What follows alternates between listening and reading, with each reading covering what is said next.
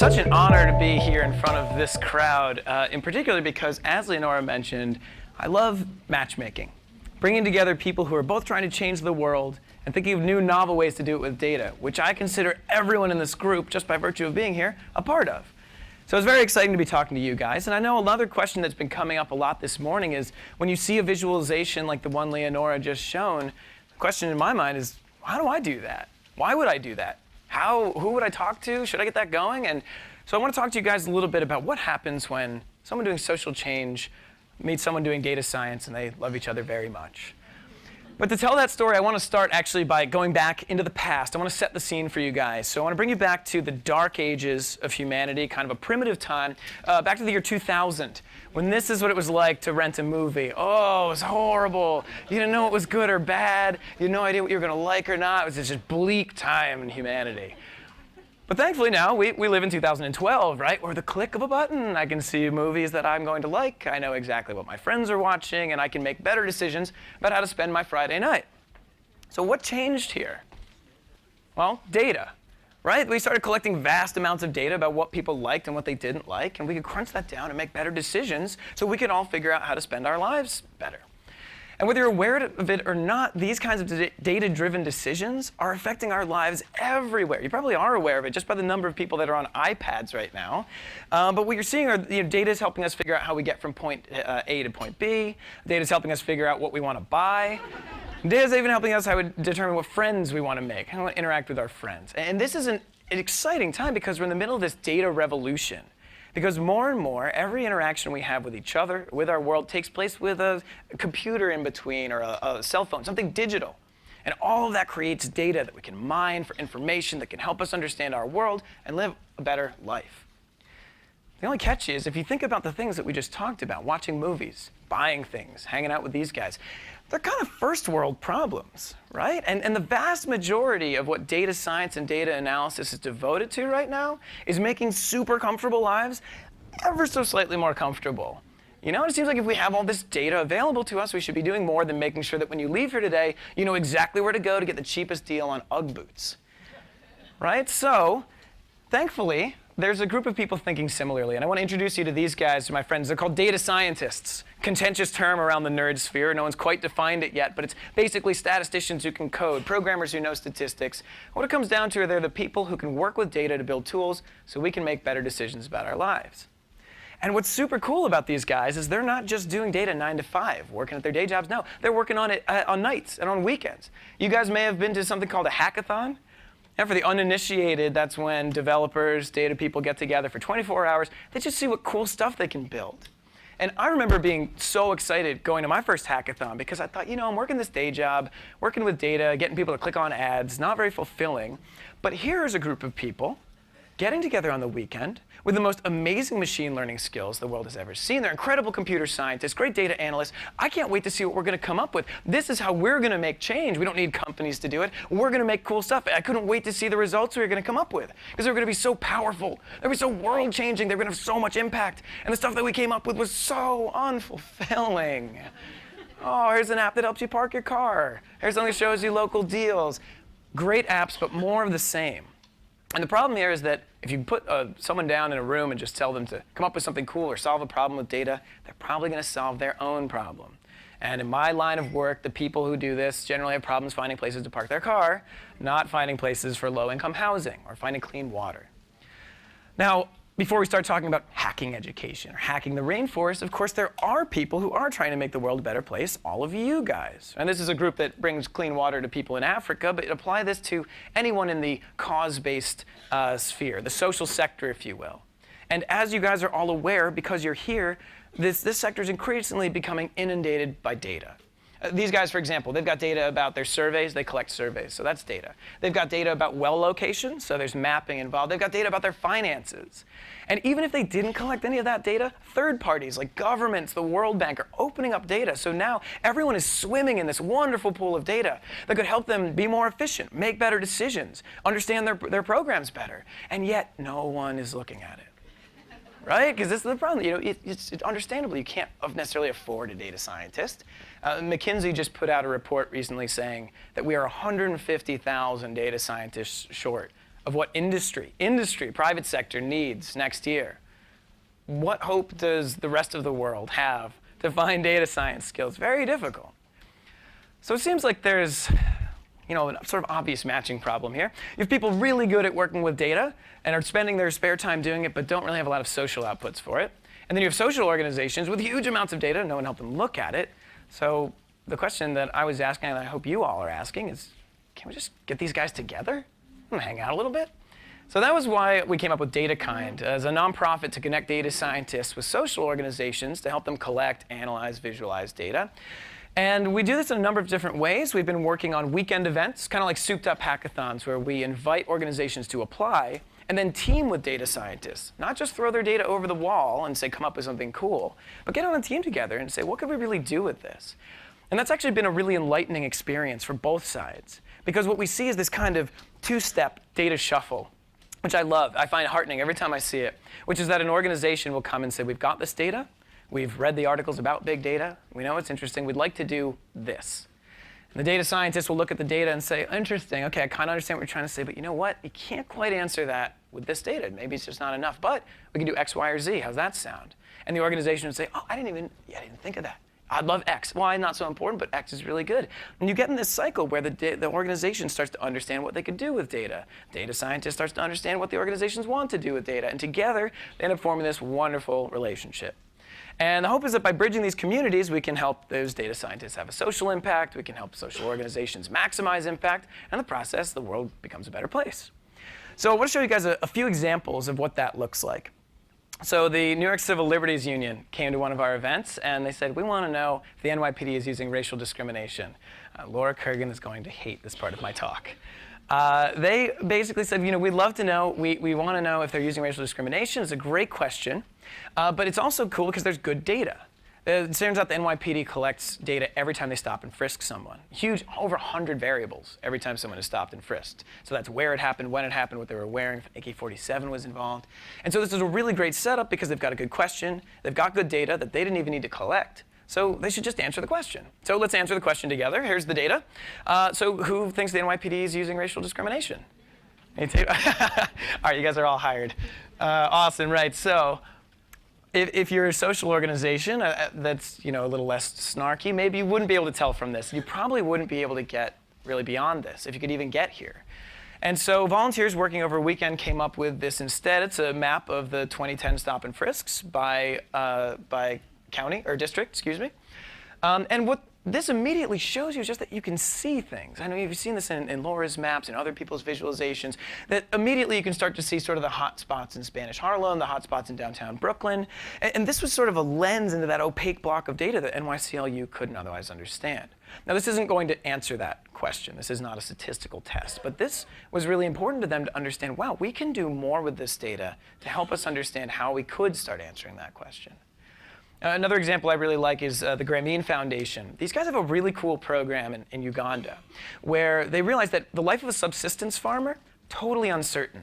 You don't have technology. You have no idea what weather is going to be like the next day. You don't know what prices are of your crops in different villages. So they have a community knowledge worker program. Local villagers go out with cell phones. They go to the farmers. They say, hey, do you have any questions?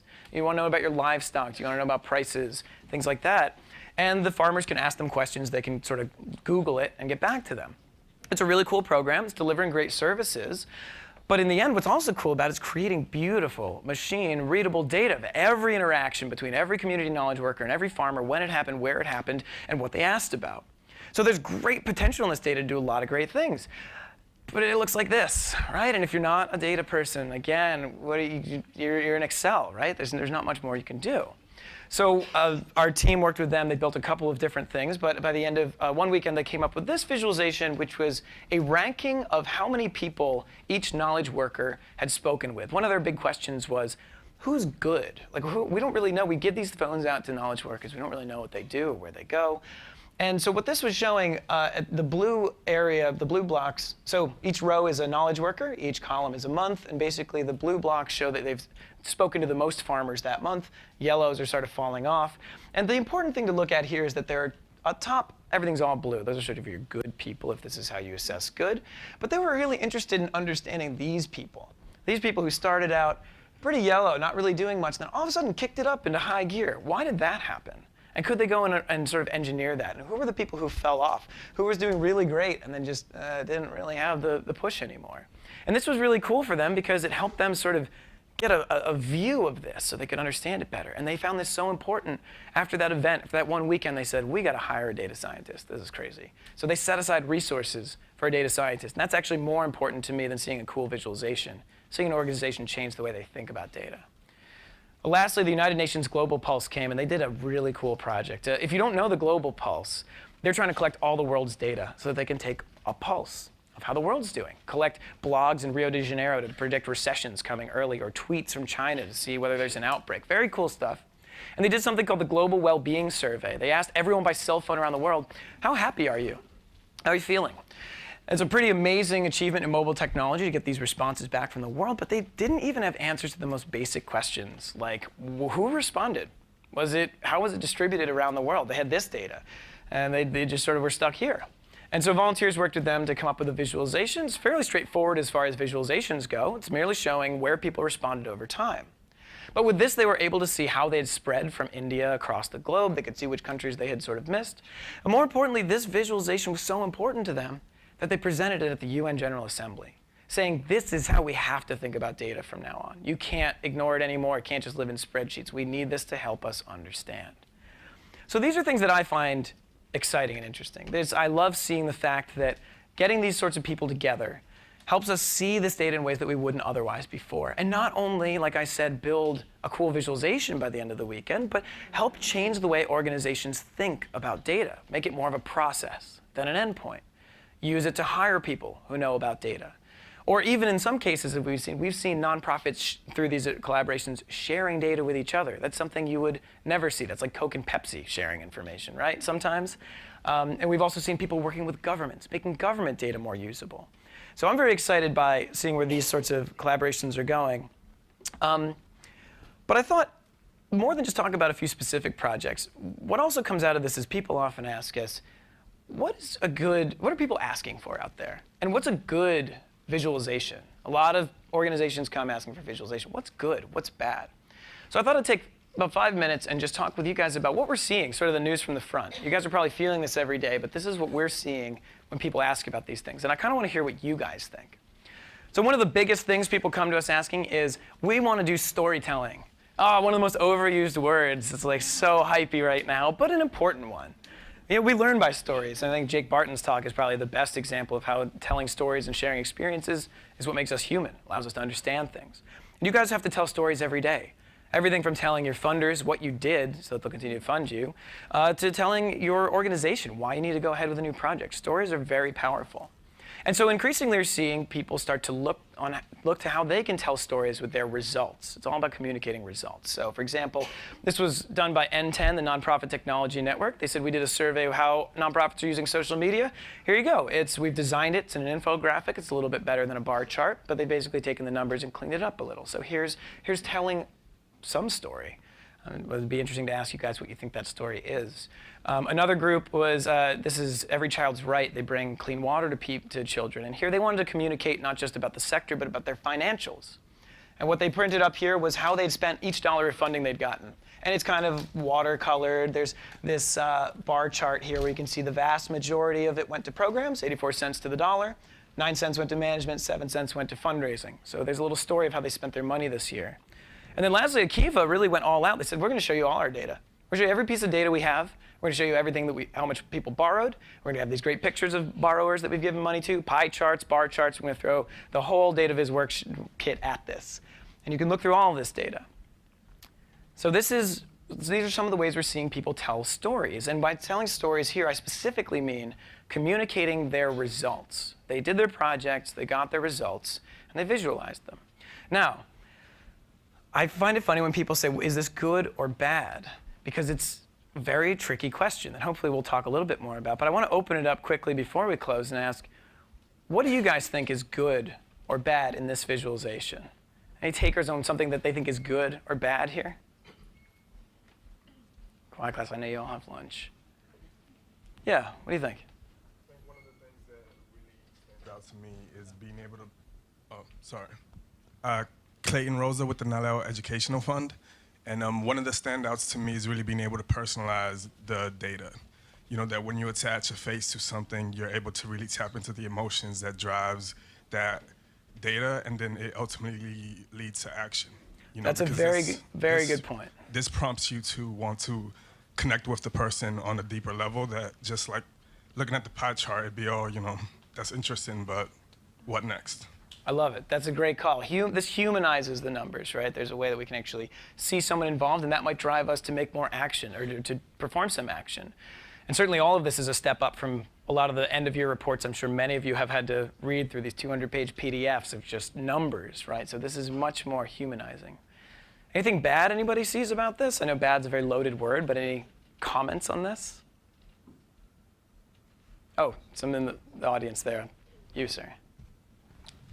Hi, Douglas Wood, Ford Foundation. I'm just curious about it being more interactive and having different levels of interaction to really bring it to life, whether it's videos or whether it's commentary or linking it. What a fantastic point. These are very static, right? This is they've dressed it up. They probably needed a graphic designer to come in, but they just live there, right? And when it's static, that means that you control the story, you control the emotion, and you don't let people interact.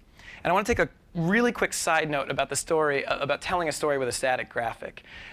When the House Democrats came out with a health care bill, and this is going to seem a little aside, but I think this is a little bit important. When they came out with this bill, the Republicans, House Republicans said, hey, this thing is complicated. We don't want this thing to go through.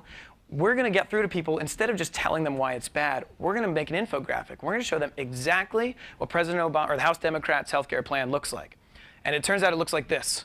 Oh, horrible. It's like MS Paint threw up, right? It's just awful 1996 colors. It's disgusting to look at. Everything's complicated. The consumers look so sad. Your healthcare provider is so anonymous. And all it's missing here is a voter being tortured by robots or something like that. Like just terrible, right?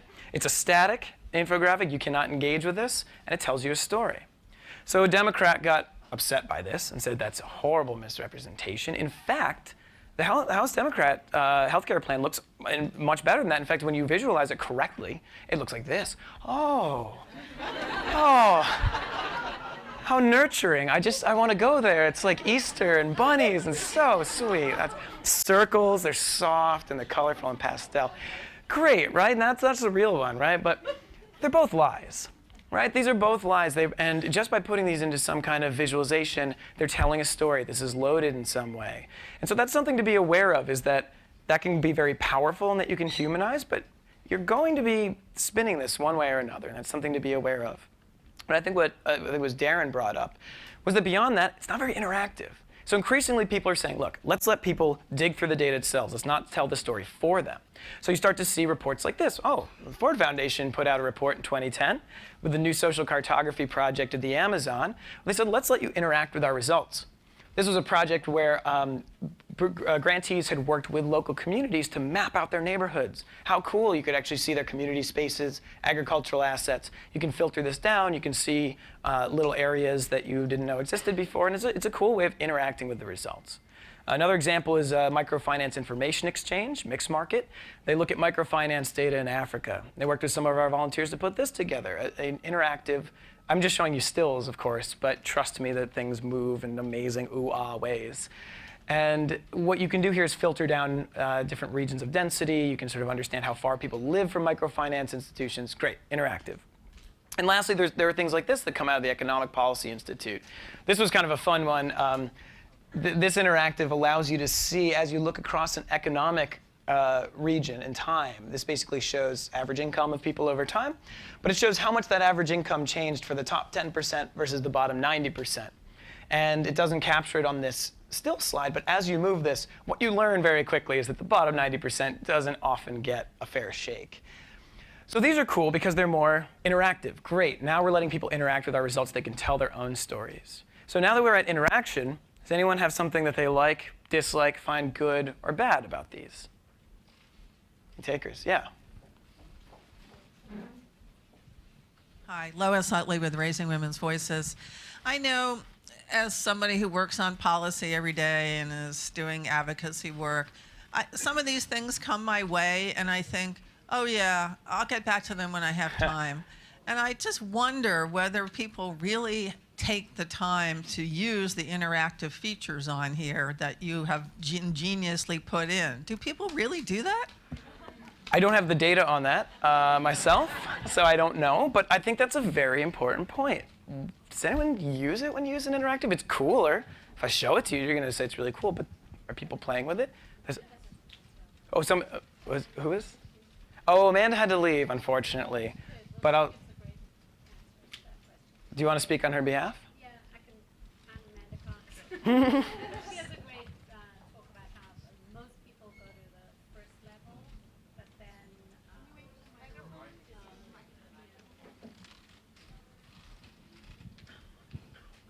yeah, I'm just saying Amanda Cox keeps data on that in terms of the New York Times site.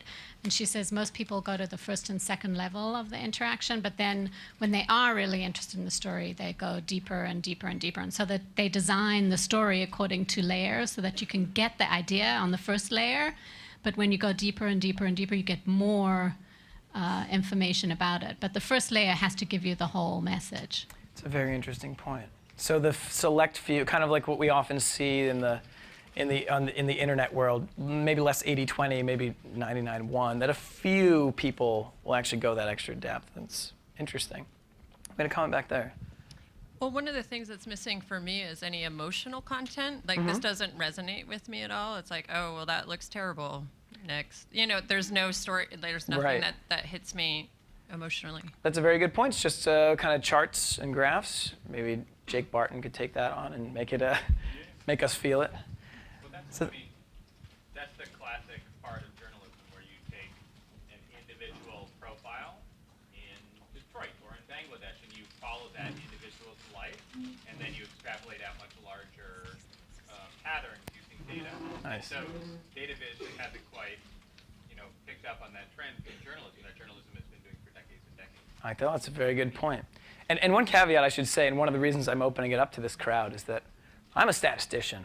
Not actually a designer, data visualization person at all. So I actually love hearing the feedback about these things, about how people react based on what Amanda says or what Jake's point about this being journalism and how we might need to pick some of those things up. We're not trying not to take too much time. Maybe we'll take one more over here. Say something about the way it's designed. What is emphasized is the bottom 90% shares 13% of the income growth. But in fact, the most startling number is the fact that the richest 10% got 87% of that growth from income. And if this graphic was designed in such a way to emphasize that the richest 10% benefited the most and the bottom 90% of the American population benefited the least, I think that it may be able to speak to some of us differently. And that's an interesting trade-off, I think, that we're getting at here in a lot of these comments, right? How much do you let people just go wild with the data and say, well, find what you're going to find, and how much do you guide them? How much do you tell that story? Draw attention to that. That's important to you for this, or maybe there are things that would humanize it, that would make it more, resonate better with you. But there's really definitely a trade-off there. And they're going to give me a giant hook if I talk too much more about this. So I want to say that the thing that, from all these comments that came out to me, actually, or that I think of a lot when I see this is, well, then what? That's actually what I feel. I'm kind of a pragmatist. And so to me, when I see any of these, I go, well, what do I do? Or what's next? And to me, that seems, a lot of these are missing action. Right? And this goes to Jer's point, actually. Jer said earlier that data visualization too often is an endpoint. But it should be a process. It should be for you to understand data. It shouldn't just be a way to show your results at the end, project's all done, here you go. I mean, it has its value in that. But what if it could actually drive what you guys do? So you see classic examples like Ushahidi. These guys collected tweets from the disaster in Haiti when the earthquake happened. And they were able to not just collect where problems were happening and say it afterwards as sort of forensic to say, oh, this is what happened. This drove where resources were distributed. So they're using that. This is very much a front-facing tool. But there are also tools internally to organizations. I don't have time to go into these in great detail, but come find me. Basically, this is helping a group called DC Action for Children find needy neighborhoods. This is a tool that they built internally so they can understand that data. And the Red Cross is similarly using data they have from last year to predict where there are going to be fires this year. Pretty awesome stuff. It's not an end-of-the-year report. It's not interactive to the community, but it's something that's driving what they do. And that, to me, is actually what is kind of the exciting part about all of this, is what happens when we can sort of all get together. I mean, I think we're starting by talking about data visualization, and then we're going to, well, what do we do with data? And to me, it's really, the bigger question is not what do we do with data, or what data do we need, or how do we visualize? It's like, what questions are we trying to answer? I mean, in the end, that's what we really want, whether it's do we get people to fund us, or do we want to, who's going to fund us, to how are our programs working? And there have been some questions today about how organizations gain those skills. And I'll be honest, I think it's a slow road, unless you have statisticians on staff or data visualization people on staff. But thankfully, because technology and data is becoming so cheap and available, we can all do this together. There are people who are just as excited to work on these problems, who have those skills, but don't have any of the skills that you guys do. Any of the networks don't know any of those issues. So I think it's exciting to see the answers to all the questions coming up in this room coming together by bringing these communities together and figuring out how we can all bring our skills to really answer these questions, how we can bring them into bear on visualization, and how we can really use data to do more than just see pretty pictures, but actually see a more beautiful world. So thank you very much. Appreciate you letting me take your lunchtime, and I'll see you in the workshops.